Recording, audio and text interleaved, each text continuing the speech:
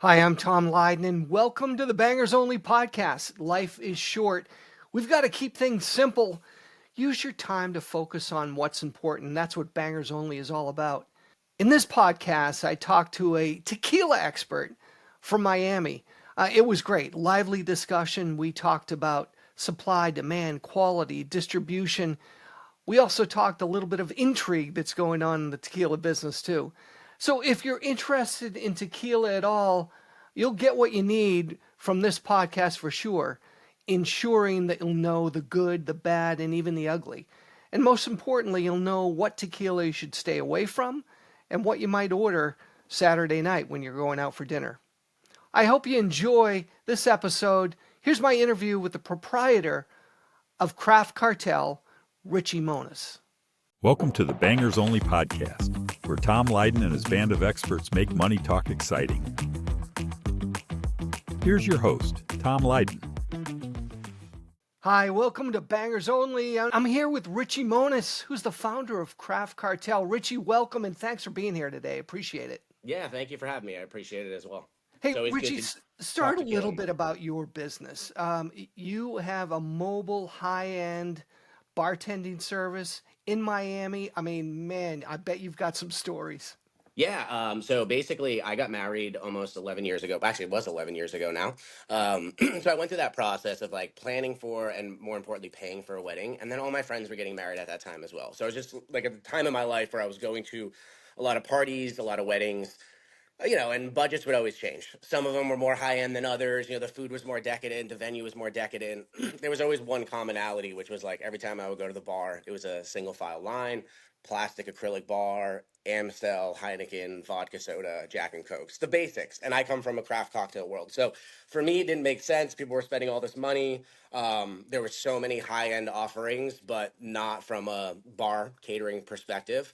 So that's when I started Craft Cartel 10 years ago in April 2015, doing basically what I call craft cocktail catering. So the same way that a food caterer works, except we're just all liquid chefs working with handcrafted ingredients. So you've got a whole staff. You select the level of quality of the cocktails that you're going to produce or the Yeah, so just ingredients like a behind it. bar and Yeah. restaurant operates, I create cocktails throughout the year. I have a signature cocktail menu. When I get clients that are interested to have us do their weddings or their corporate events, private parties, wherever it is, we jump on phone calls, we get the details from them, and then we send them a proposal and we send them a menu. They choose, like 4 specialty craft cocktails that they want us to serve. What's great about us is that over the years, I've built this out to be like basically a full service cocktail catering company. So we own all of our own glassware, our mobile bars. We do all of our own prep work from handcrafted fresh ingredients. So we bring every single thing that is needed to an event to be able to execute this for a customer: ice, specialty ice, garnishes, menus, dry goods, everything. So it really makes it kind of like a one-stop shop. And, we're the bar experts. I've been working behind bars since I was 18 years old. It's been 22 years in food and beverage and hospitality. And it's been 10 that I've been doing cocktail catering. So I've gotten to know the event industry pretty well. And down here in South Florida, there's always events going on outside the Yeah. summer. Yeah. It's great. And I think one thing that we have in common is you are a master of tequila. And that's what we wanted to talk about today. Briefly, about 6 years ago, my wife and I would enjoy having wine at night when we're cooking dinner, and we'd have a couple glasses and that would be it. But as you dig into it a little bit more, there's a lot of sugar in wine. Yeah. And sometimes you wouldn't feel great the next day. And a lot of people said, have you ever tried tequila? High-end tequila that's refined a little bit, and maybe you're going to pay a little bit more for it, but it's worth it. And as my wife said, a little of this get me exactly where I want to be. And we found that that was a great alternative source for having a little bit of fun, enjoying the night. But the tequila industry today isn't what it was 5 years ago. So talk a little bit about that. Yeah. So look, I mean, I think tequila, in my experience, doing cocktail catering, seems to have exploded onto the American scene. And I don't know if statistically this is true. I mean, vodka was the most consumed spirit in America for a long time. It feels to me that tequila has taken that top spot. Statistically, it might still be vodka, but everybody is demanding tequila. When we are running bars at open bar events, whether they're weddings, corporate events, private events, It's always the tequila specialty cocktails that move the most. It's always the tequila bottles that go empty the fastest. And I think this is due to a multitude of reasons. And I'll explain what some of them are that I believe, right? The one that I see very common floating around is this myth that exists. I don't know if this is just in North America and America, what it is, but people love to talk about and pretend that good quality tequila doesn't give you hangovers. And this is why people are gravitating towards tequila. They think it's this healthier alternative to getting a buzz and getting drunk. And for some reason, they think that because I don't know, the juice comes from a fucking agave that was squished out of a plant. It means that there's no hangover attached to this, right? It's a horrific myth. It's something called acetaldehyde that gives you an actual hangover. It's a toxin that exists in all form of alcohol. This is just a result that is part of the fermentation process that happens when we make alcohol, right? So So it's not acetaldehyde. it's not having more sugar. Uh, No, now don't get me wrong. If yeah, you're drinking substances that have high sugar, lots of carcinogens, it was just a shitty made product and things like this, of course it will intensify that hangover that you're getting. There's no doubt about that. I'm not saying that those things don't lend towards you feeling like shit the next day, but yeah. acetaldehyde is a toxin in which you get in your body from drinking alcohol, and the side effects of acetaldehyde is things like nausea, headaches, upset stomach, all of the things that you feel when you get a hangover. So if you've noticed, a lot of those pre-drink powders or pre-hangover powders you drink at the end of the night, you come home after a few drinks, you put this powdery substance in some water and you slam it. I mean, those things work. Why does it work? Because it's putting a chemical substance inside of your body that counteracts the acetaldehyde, so that when you wake up the next day you feel fine, right? All Now right. if you're I'm drinking. not that much of a professional. I don't even know what you're talking about. I'm gonna have to look into it. However, a big question I want to ask you is, Yep. I think that there are a lot of people that I hang out with that say, look, as opposed to having a Blanco or Reposado, if Mhm. you go for an extra añejo, you have less chance of getting a hangover. Is that wrong? Yeah, I don't think it matters. Just like sticking with the same alcohol all night, right? This is the other myth. Oh, if I already started drinking tequila, I don't want to get a hangover tomorrow, so I don't want to switch to gin or vodka, right? So the question is, do you get what you pay for?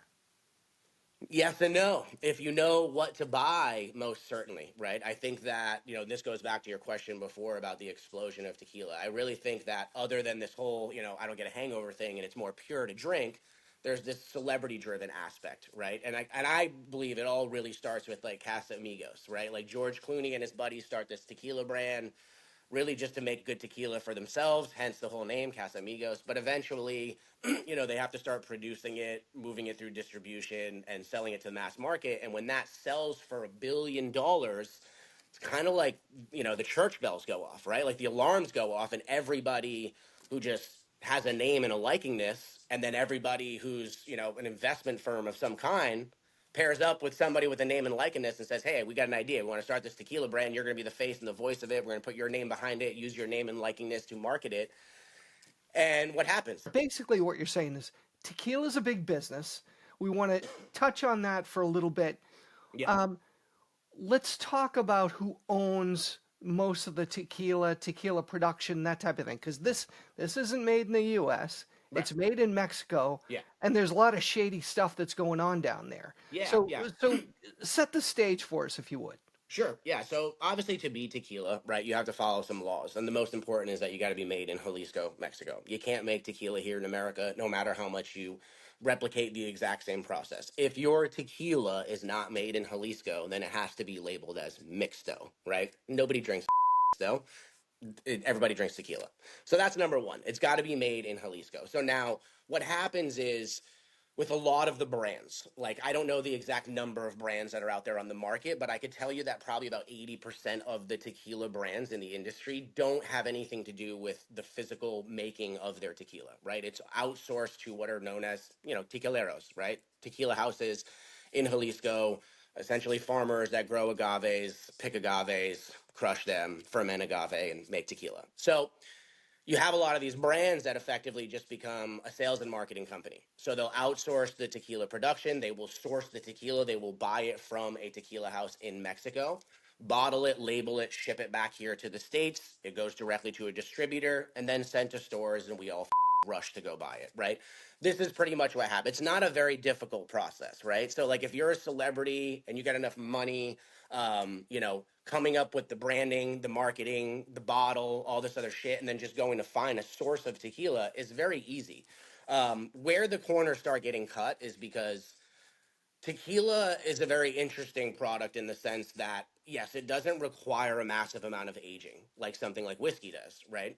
Tequila, like you said, an añejo is aged for basically 24 months, right? So the maximum age for most tequilas is basically 24 months. But it's the growth of the plant that takes a while, right? About 8 years to reach full maturation. If you harvest those plants before full maturation, then you're not going to get the kind of like sugar activation that you need to get through that fermentation process. So this is where the additives start being put in. Now, the CRT, which is the governing body for tequila, right? They're essentially the Mexican governing body that oversees the industry as a whole.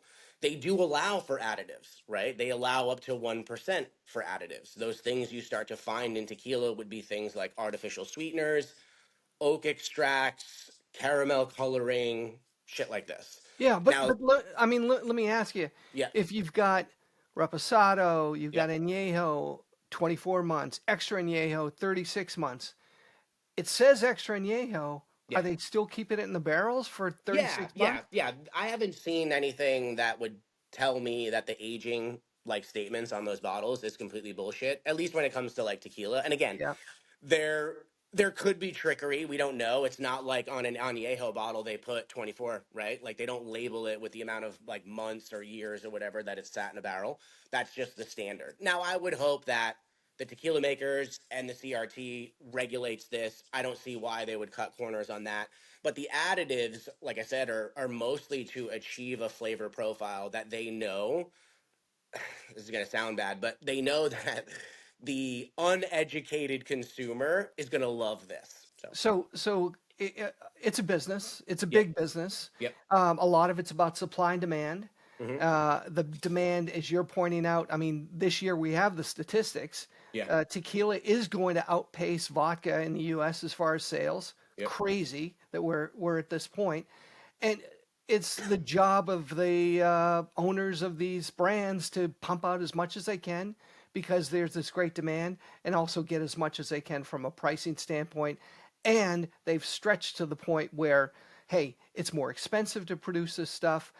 There aren't as many plants that are available. You hmm, can't fast pace the growth of the agave plants. It yep. takes 8 years, and if you're going to pull them at 4 or you're going to pull them at 6, it's going to affect the taste. You're going to throw in more additives. That's it. And we also have a water issue. We've heard stories about how cartels are controlling water in Mexico. It's actually more profitable for farmers who have avocados to sell avocados as opposed to agave plants. Can you touch base on that at all? So I mean, me personally, so my wife is actually from Mexico. She's from a city called San Luis Potosi. So I've spent a lot of time down there and a lot of traveling around.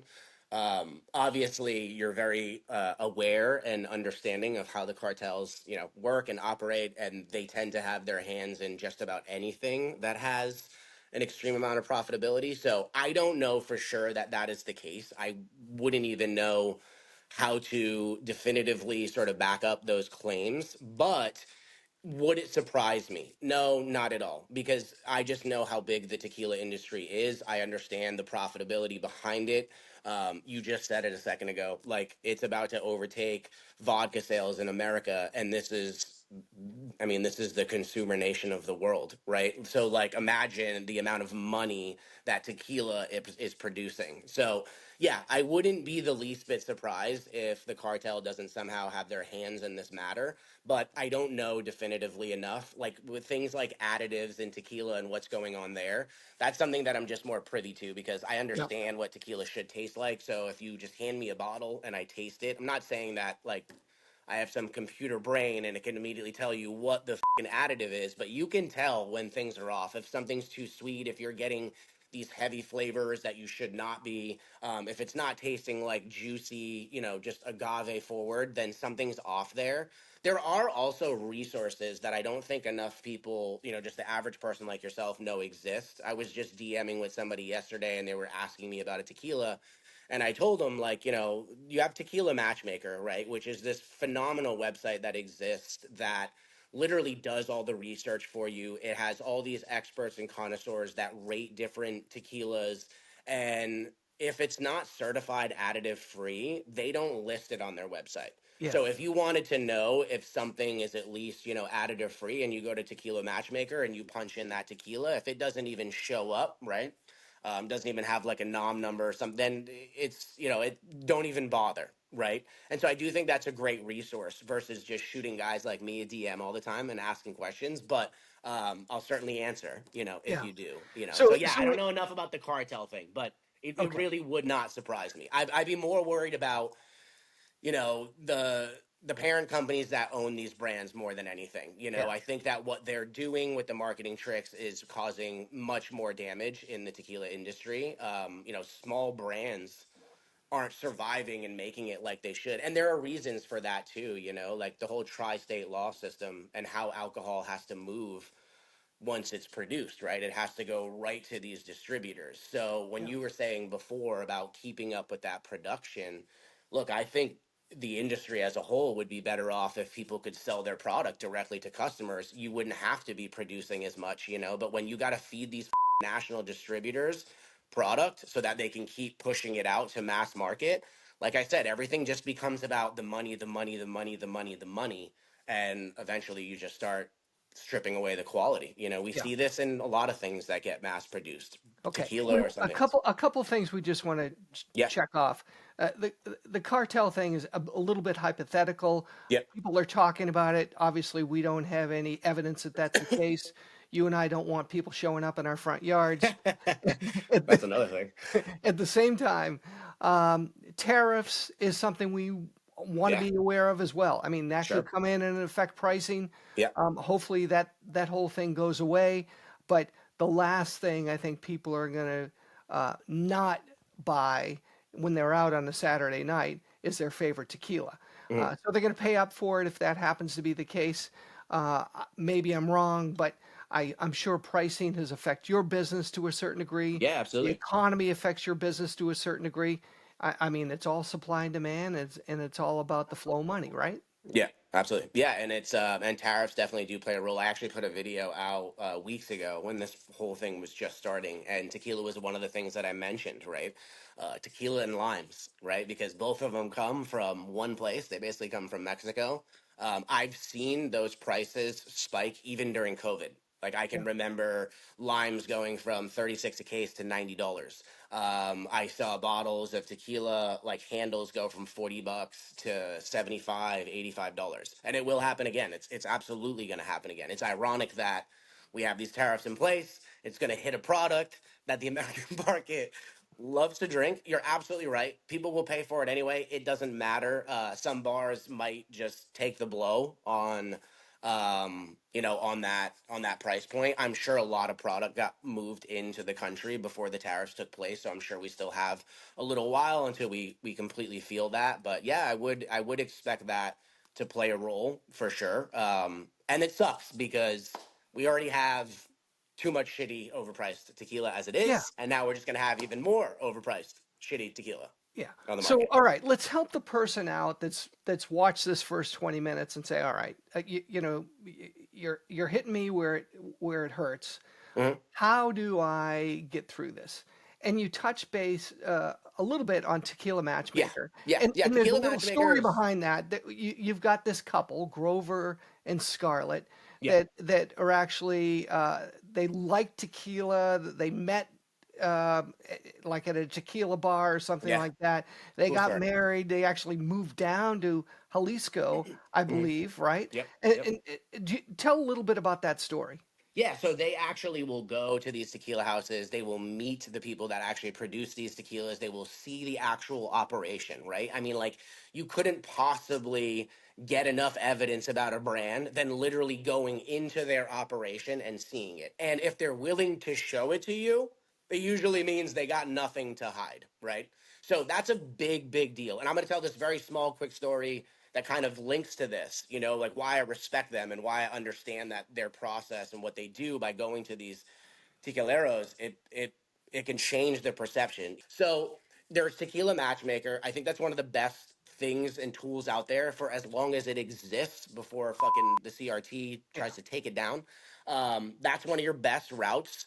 Uh, Look, I'm not trying to pump my account, but following people, there are a lot of people on social media who have made Agave their life. This is all they do. They talk about brands. They try to spotlight, you know, good quality small batch brands. They try to educate you on how these bigger brands are just pumping shit full of additives. Yeah. You know, we're all on our phone anyway. We spend a lot of time on there, so there's that avenue, and Yeah. probably So Tequila Matchmaker. Craft Cartel, they can find you Instagram. I mean, you're a force. You've got over 120,000 followers on Instagram. It's crazy, and I love your little videos. I pick up a lot of things.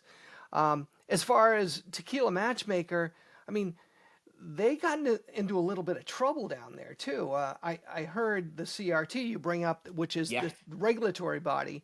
They yeah. weren't So this they the weren't too CR pleased with them. Yeah, so the CRT basically has a huge problem with Tequila Matchmaker existing. And I, again, this is, you know, I have my own theories and thoughts to this. I think it's completely that the CRT would have a problem with essentially an educational platform that's just trying to teach people more about the product that comes out of their country. Now, the CRT is basically saying, hey, you have no right to, you know, state what is a good or not a good tequila, right? The CRT seems to just be pissed off because they want the control of what the market thinks of these brands. And my guess would be, hopefully this doesn't get me into trouble, but it's got to be because money changes hands. Like Sure. it sounds to me like the CRT cares more about these massive brands that are selling hundreds of millions of dollars of shit tequila to the American public than they do about the small brand trying to make it. Does Yeah. that Yeah. sound surprising to a guy like me? No. The distribution companies that distribute this product operate on an 80-20 rule, right? So 20% of their portfolio drives 80% of their revenue.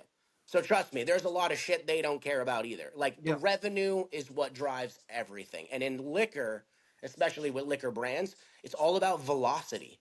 So the more velocity of product you're moving, the more, you know, the distributor is out there pushing your product, et cetera. So yeah, this need to keep up with the demand becomes more important than Yeah. the quality of product in the I bottle. mean, you couldn't make this stuff up. I read the New York Times article about this couple and Tequila Matchmaker. They have pictures of the government actually raiding their house, breaking their windows, stuff like that, which I think is probably been really good for their business because they've Yeah. got not only a lot of brands that they follow, but their participation from their users. You can jump in and put in comments and that type of thing, and it's pretty impressive. All right, so Richie, here I am in a situation where I've got some bottles of 1942 that I don't necessarily bring out anymore because of this. Hmm. I try to. El Tesoro is another brand that I like, and it shows up on Tequila Matchmaker, which is good, Yeah. and it's a lesser price, so I'm feeling good about that. I'm starting to learn. Hmm. But Saturday night, my wife and I go out with a couple. As we're going to be seated, I tend to stop by the bar and I look in, and I'm trying to find brands that I know that don't have additives. I mean, what's the average person to do where you're trying to stay away from the bad stuff, stick with the good stuff, kind of to where it was 5 years ago, or maybe I was fooled back then. Yeah. So look, I get this question a lot because when I make these videos and I spotlight certain brands, I always get these people that are like, "Well, those are not available in bars, right?" And my answer is usually the same. And I don't want anyone to be offended by this, but you got to go to better bars, okay? Right? So Richie, humor me for a minute, okay? Yeah. I'm not going to have a cocktail. I'm not going to have a foo-foo drink. I'm not going to have a beer.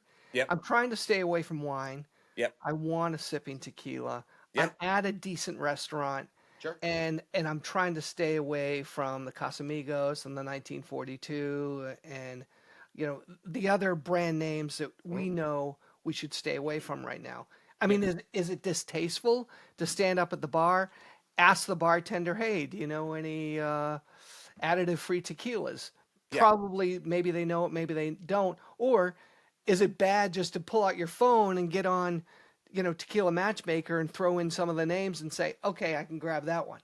Yeah, I mean, look, that's probably what I would do. And I'm not trying to shit on a bartender. I'm just saying that, like, Yeah. I know the industry enough to know that there's just not enough well-educated people in the industry these days. COVID changed a lot of that, forced a lot of the long experienced people, to move on. So I don't know how much your bartender is going to be able to answer that question. Although I would say that the additive-free movement is becoming more and more popular. So I do think you're going to start to see a lot more bartenders understand what quality brands are and what brands are just shit marketing. I think using something like Tequila Matchmaker for as long as it exists is always in your benefit. And if you really like to sip tequila, my advice to anybody is just do a little bit of research. Yeah. Like there are brands out there like Tequila Ocho that I think is becoming even more and more popular, more and more known by the mass market. It's one of the best tequilas, especially for a reposado and the price point on the market. So if you're reaching for something like 42 or Clase Azul Reposado for half the price, you could buy Tequila Ocho, and you're finding it in more and more bars. Maybe Fortaleza and Lalo and Mi Gente. Maybe some of these are going to be harder to find. Cascanas and shit, but they're making their way there. I think the Yeah. additive-free movement we're going to see is going to explode in these next couple years, especially as more and more bad information comes out about these massive tequila brands. Like people are going to turn on that industry, and these additive-free tequilas are going to be like cold pool plunging. It's going to be the next big thing. Like, watch. That's my belief. I could be wrong, but I think we're already starting No, to see it. I think you're right. And again, following you, Craft Cartel, I just saw you did a review on like 3 or 4 additive free tequilas that you like. Probably chances are we're going to find one of them in that bar that I'm going to, right? Yeah, I mean, like I said, it's getting more and more popular. I think that restaurants and bars are looking to carry better and better product. It just takes time. It's just like when the craft sphere industry started, probably 15 years ago. It took a lot of educating, like even a person like me that had been in the industry for a long time. I had been making drinks for like 6, 7 years, but I didn't know how any of this shit was made. That's not what we focused on. We Yeah. didn't have an avenue for education. Now we do. And I know, like down here in South Florida, we have what they call themselves the Agave Mafia, right? So it's all the ambassadors of all these additive-free brands that aren't just out there promoting their brand. They're out there promoting each other because they care more about That's seeing the great. industry get better and people drink better, right? Than these big mass market, deep pocket brands that are just controlling effectively the industry, right? So I do think it's going to continue to grow. I think the bartenders will become more educated. I think that the drinkers will become more educated. And hopefully, what we'll see at the forefront is no handful of brands controlling the industry, but rather just a good wide selection of clean, quality made tequila, and people just choose what they like. In March of next year, I know a bunch of us in the financial services industry, we come down to South Beach. There's this huge conference, 5,000 people. Maybe I can talk to you. We can get some of these additive free producers together. You could be there, help educate. We throw a party, and maybe we wake up without a hangover in the morning. Yeah, yeah. We I do a lot of spirit tastings for corporate groups all the time. And usually I try to spotlight, especially now, the additive free. It gives me really good talking points, right? Everybody in this country is drinking tequila, and it seems to me, based on the content I put out, people are very interested in knowing more, right? So, it's always a great opportunity to come out, talk about tequila, how it's produced, the trickeries in the spirit industry, because it goes well beyond just tequila. Believe me, Yeah. there's trickery in every sector of the industry. But, age statements on bottles are another fascinating bullshit marketing gimmick, that gets people to believe one thing and leads them to pay, a completely ridiculous Yeah. price. So Well, that would be great. I'd love it, and we'll hand out no lemon drop T-shirts. there you go. Okay. Yes. No lemon drop. No lemon drop, no fireball. I like that. Hey, Richie, thank you. This has been Yeah. awesome. I mean, I learned so much. I appreciate you taking the time. I look forward to seeing you face to face. And I hope everybody has enjoyed this. And please go to Richie's site, uh, Cartel. I'm sorry, Craft Cartel. Yep. Instagram, the best place to find you. Yeah, craft_cartel. I post content there pretty much every day, Monday through Friday. If you send me any messages, I check all my stuff every week. The person that replies to comments is actually this face. I don't have somebody else that runs that shit. It's just this I guy know. right here. You picked up the phone, and also you've got a website, craftcartel.net, correct? Yes, yeah, craftcartel.net is my website. There's Yeah. inquiry forms there. If anybody needed to reach me for any reasons, you just Yeah. fill that out. My assistant gets it, and we get right back to you usually in about a day. That's great. All right, Richie, thank you. Really Thank you. appreciate it. Enjoy the rest of your week. The opinions expressed in this podcast are for informational purposes only and are not intended to provide specific investment advice. Any past performance discussed during this program is no guarantee of future results.